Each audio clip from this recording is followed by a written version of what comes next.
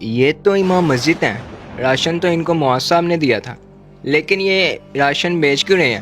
میں ابھی جا کے ان کو بتاتا ہوں۔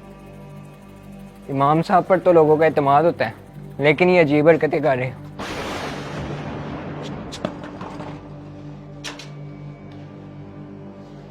احمد خیریت تو ہے؟ اتنے گھبرائے ہوئے کیوں لگ رہے ہو؟ معاذ بھائی، وہ آپ نے امام صاحب کو راشن نہیں دیا تھا؟ ہاں میں نے اور بھی بہت سے لوگوں کو راشن دیا تھا اور امام صاحب کو بھی دیا تھا، لیکن اس میں گھبرانے والی کیا بات ہے؟ وہی تو میں آپ کو بتا رہا ہوں، جو آپ نے امام صاحب کو راشن دیا ہے وہ امام صاحب نے دکان پہ جا کے بیچ دیا۔ یہ کیا کہہ رہے ہو؟ واقعی؟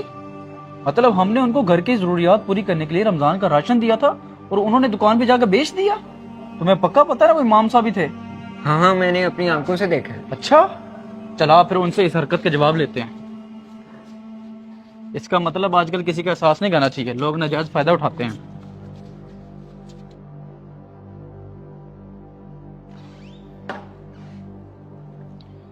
احمد جماعت ہو رہی ہے، پہلے نماز پڑھ لیتے ہیں پھر بات کرتے ہیں ان سے۔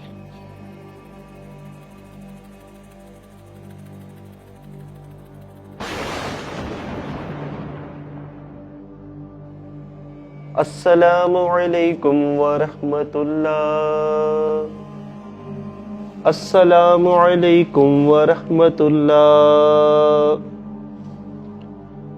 ایک منٹ امام صاحب، دعا مت کروائیے گا۔ نمازی بھائیوں، آپ کو پتہ ہے امام صاحب نے آج کیا کیا ہے؟ بھیا آپ نے دعا کیوں رکوائی ہے؟ ایسا کیا کیا امام صاحب نے؟ بتاتا ہوں ابھی۔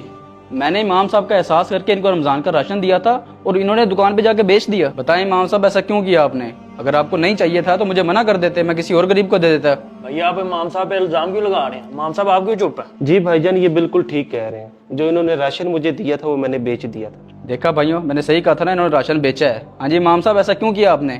ہم نے آپ کا احساس کر کے آپ کو راشن دیا اور آپ نے ہمارے احساس کا یہی صلہ دیا ہے۔ آپ کو یہ تو پتہ چل گیا تھا کہ میں نے راشن بیچا ہے، لیکن یہ وجہ جاننے کی زحمت نہیں آپ نے کی کہ میں نے کیوں بیچا۔ دراصل آپ سے پہلے یہ بھائی مجھے راشن دے گئے تھے، ان کے راشن دینے سے میری ضرورت پوری ہو گئی تھی، اس کے بعد آپ بھی راشن لے کر آگے۔ میرے بھائی ہمارے گھر پر گیس کا بل بہت زیادہ آ گیا تھا، جو کہ میرے پاس پورا کرنے کی استطاعت نہیں تھی، اس لیے جو راشن آپ نے مجھے دیا تھا وہ تو میری ملکیت ہو گیا تھا۔ اب میں چاہے اسے بیچوں یا جو کچھ مرضی کروں، اس لیے میں نے اسے بیچ کر گیس کا بل ادا کر دیا۔ اب تنخواہ تو آپ نے میری صرف 15,000 رکھی ہوئی ہے اور گیس کا بل 20,000 آ گیا، میں وہ کیسے ادا کرتا؟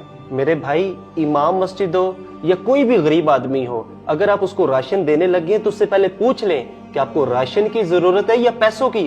ہو سکتا ہے اس کے گھر میں راشن پڑا ہو، اسے پیسوں کی ضرورت ہو، وہ اپنی دیگر ضروریات ان پیسوں سے پوری کر سکے۔ ویسے بڑا افسوس ہوا آپ نے اپنے امام مسجد کے بارے میں ایسا گمان رکھا۔ اللہ ہی آپ کا حافظ ہو۔ آج کل گیس کے بل بہت زیادہ آ رہے ہیں، ہم جہاں پر غریبوں کو راشن دے رہے ہیں وہیں پر یہ بھی پتہ کر لیں کہ انہیں راشن کی ضرورت ہے یا پیسوں کی۔ بہتر مشورہ یہی ہے کہ پیسے ہی دے دیے جائیں تاکہ وہ اپنی مرضی سے اپنی ضرورت پوری کر سکے۔